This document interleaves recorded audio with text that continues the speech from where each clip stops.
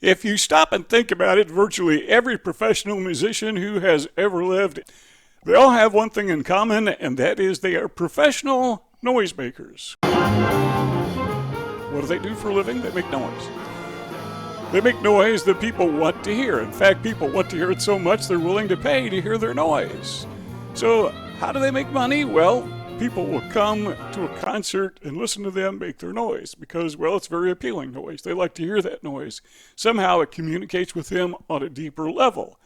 Yeah, they're willing to go to a concert and listen to these people make noise, sometimes for hours on end. And there's another way professional musicians make money by making noise, and that is they record their noise and they sell it. And again, people, man, I like that noise. I want to hear that noise. It makes me feel good, or it touches me on a deeper level. I think I'm connecting with these people, this rock group maybe, and they become fans. And they not only buy their noise, but sometimes they buy their T-shirts or they buy their posters or what, I don't know what they buy. But they buy their junk, you know. So these people are making money, making noise. And there's nothing wrong with that because, you know, I like good music too. I like to listen to their noise, and I spend a lot of time listening to it with my headset on. Sometimes I even sing along. What does that have to do with narcissists? Well, what a narcissist is selling you is communication. He is selling, or she is selling, praise. So what he or she will do is they will heap praise, compliments on you, tell you how good you are, and if they're really good at it, they're not going to go overboard, but just enough that they sound sincere, that they sound genuine. And what happens is, well, we like to hear that. It's like noise we want to hear. So number one, what they're doing is they are creating an appetite. We used the illustration in yesterday's video. It's kind of like eating a potato chip that tasted good. Think I'll have another one. You listen to the song, man, that I like that song. I think I'll listen to it again. In fact, I think I'll go hear the guy sing it.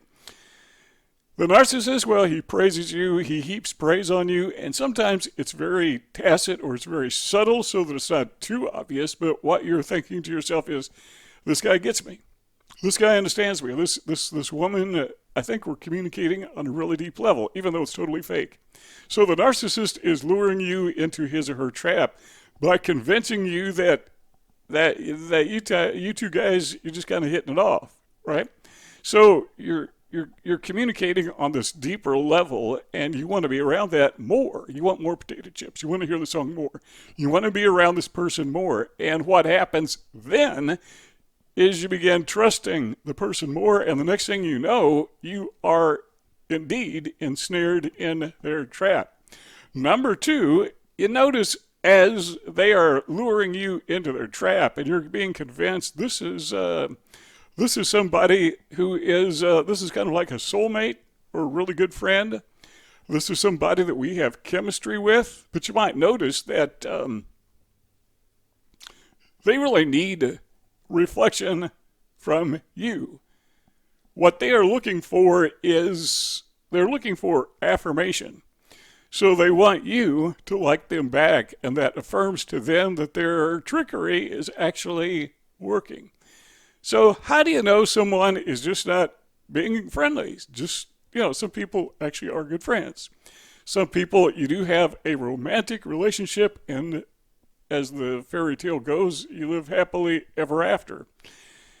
But that's not always the case. Sometimes it's a fake fairy tale. It's all pretend. This is not your bosom buddy. This is your most what would you call it? Severe adversary, worst adversary ever. They just kind of, you know, they're faking it. They're just pretending. So you get caught in that. And one of the ways to tell is if they really need that reflection from you to get affirmation for themselves. That's kind of an indicator. Now, this is not someone who's interested in me. This is someone who needs me to reflect back to them their niceness, so I'll be nice to them. That makes them feel good. But it's not about me. It's about them. I think you understand that.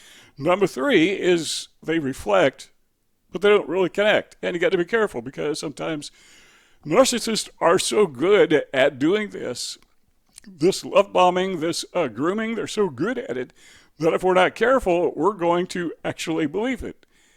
And that's what happens. I mean, every narcissist, obviously, who has ever ensnared me, it's because at the very beginning, very onset, I believe that fake persona, that fake personality, that love bombing, that that grooming, the super friendship. This guy, he understands me. This guy sees the value in me, and I see value in him or her because they see the value in me. So it's kind of a symbiotic relationship.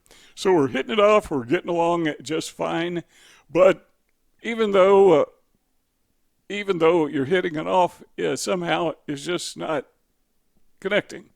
So we reflect each other, but the connection just doesn't seem right, just doesn't seem real. Now, at the very beginning, maybe so, but you may find, okay, I connected with this person, and then, well, where'd they go?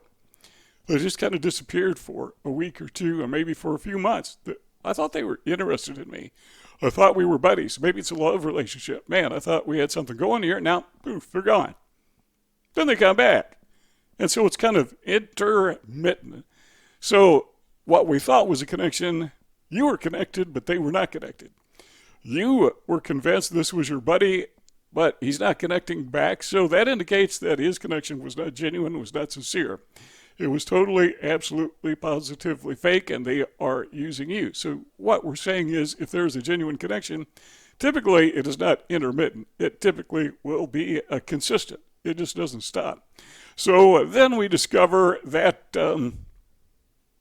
they don't want self-reflection. So they want reflection from you because, well, they're puffing you up and they're building you up and making you feel good about yourself, so you will reflect that back and puff them up and make them feel good about themselves.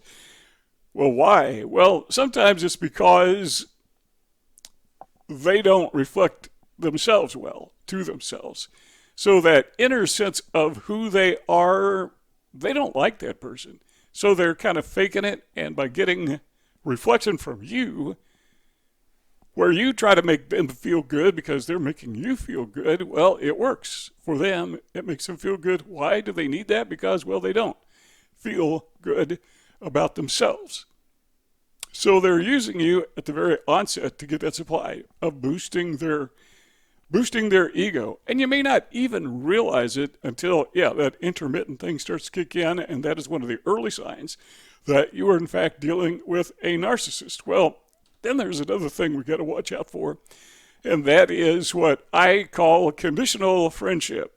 So this guy wants to be a friend, he wants to be your best friend, he wants to be a love interest, whatever the case may happen to be, but there's a lot of conditions to it. I can understand having certain conditions with friendships that are genuine, and certain conditions with love relationships that are genuine concerns, genuine, well thought through conditions.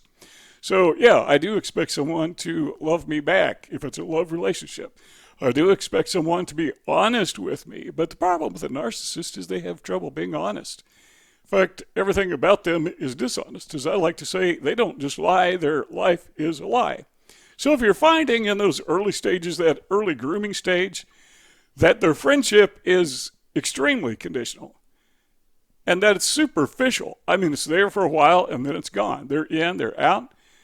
Apparently, they're not interested in you, but they're interested in you because they're interested in themselves. It's all be nice to you so they can take something out of you. It's kind of like the used car salesman that we talk about now and again. He's very friendly, right? But it's not about you, it's about him. He's being friendly to you so he can get something out of you. The waiter, the waitress, when you go into a restaurant, very friendly people until you pay your bill. Then all of a sudden, they're not friendly anymore. They're just gone. Particularly if you leave them a tip, okay, they got their tip, they're done with you. That's the way a narcissist is, very superficial. I mean, the charm is there, like the waitress, the charm is there, the friendliness is there, but it only lasts until they get what they want. Then we also have to consider that one of the telltale signs that the narcissist is superficial in his approach to you is that they're hypercritical of other people. They are manipulative. Now, I think all of us are a little bit critical of others, particularly people who have hurt us. But the narcissist goes a little bit further, and it's kind of like second nature is to find fault in others, even if there's no fault to find. In fact, it bothers them when people do seem to be almost perfect. People without fault. I mean, just nice people. There is no one like that, obviously, but really nice people. But the narcissist needs to find fault in those people. And you got to be careful for two reasons. Number one, you may pick up on, you may begin to reflect this person's critical spirit toward this other person who is not deserving of being criticized. But number two, you got to be careful, because if he or she is criticizing those who do not deserve to be criticized, they're going to criticize you as well in the future. Telltale signs that this is superficial. Number seven is they just tend to be hypersensitive when you say something that can possibly be construed to be criticism about them. Now, you're not hypercritical. You're just noticing that maybe their hair is a little bit messy, so you say something and they're like, they come apart. How dare you say something critical about me? Just one illustration of probably millions. But one of the ways you could tell that this is all superficial, this is somebody who's just coming onto you, their praise is not real, is because they will be not only hypercritical to others, but they will be hypersensitive to criticism to themselves. You see those two rectangles on the screen? Let's keep talking if you want. All you got to do is click one of those two rectangles and the conversation, it'll just go on.